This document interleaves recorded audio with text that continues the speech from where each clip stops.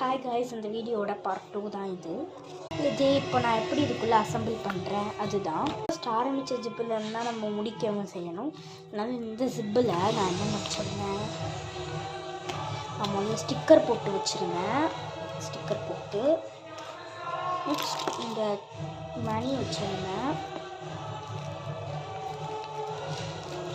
நான்ட்டு ஏனோ தானோலாம் உள்ள தூக்கி போட மாட்டேன். நான் ப்ராப்பராக வைக்கிறேன்னா அதே மாதிரி அது உள்ளே போய் செட்டில் ஆகிடும். அப்படி இருந்தால் தான் எனக்கு பிடிக்கும்.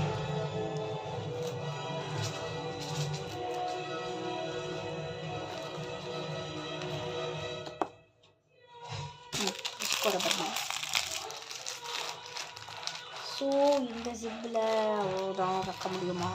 கம்மலும் வைக்கலான்னு நினைக்கிறேன். கம்மல் வச்சுட்டேன். கையில் போடுற வளையலும் நல்லா வச்சுட்டேன். நெக்ஸ்ட்டு இதுக்குள்ளே என்னோடய போர் அடித்து விளையாடுற டாய்ஸ் உள்ள போட்டு setting. Next my lipstick. Next என்னோடய கண்ணாடி. அசம்பிளிங் வீடியோ ரொம்ப சிம்பிளாக போயிடுச்சு. நெக்ஸ்ட் இது கூட நான் வந்துட்டு ஒரு கீ செயினும் வைக்கிறேன். பிகாஸ் ஏதாவது எமர்ஜென்சிக்கு ஸ்கிரீன் விட்டு வெளியே போயிட்டேன். ஏதாவது எமர்ஜென்சிக்கு யூஸ் பண்ணுறேன். அவ்வளோதான் என்னோடய ஹேண்ட்பேக்கில் இருக்குது. இன்னும் கொஞ்சம் புதுசாக ஏதாவது இருந்ததுன்னா எடுத்து வைக்கணும். என்னோடய ஹேண்ட்பேக் எனக்கு ரொம்ப பிடிக்கும். மாடி. நெக்ஸ்ட் இதுக்குள்ளே நான் இன்னும் ஒன்று வைக்கலாம்னு இருக்கேன். அது என்னதுன்னா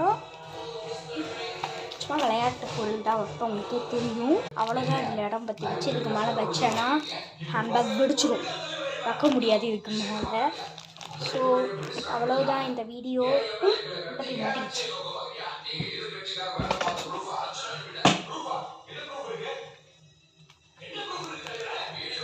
எனக்கு இந்த ஹேண்ட்பேக் ரொம்ப பிடிக்கும். ஹேண்ட்பேக் ஸ்டைல்ஸில் இப்படி மாட்டினா அது கொஞ்சம் மாடர்ன் ட்ரெஸ்க்கெல்லாம் செமையாக இருக்கும். நெக்ஸ்ட் இப்படி மாட்டினீங்கன்னா இதுவும் கொஞ்சம் ஸ்டைலாக தான் இருக்கும். பட் கொஞ்சம் ஹோம்லியாக இருக்கும்.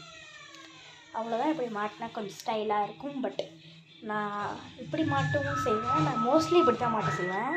எனக்கு ரொம்ப பிடிக்கும். I love this. So bye, Ishq you அப்படின்னு சொல்ல மாட்டேன். இந்த ஹேண்ட்பேக் எங்கே வைக்கிறேன்னா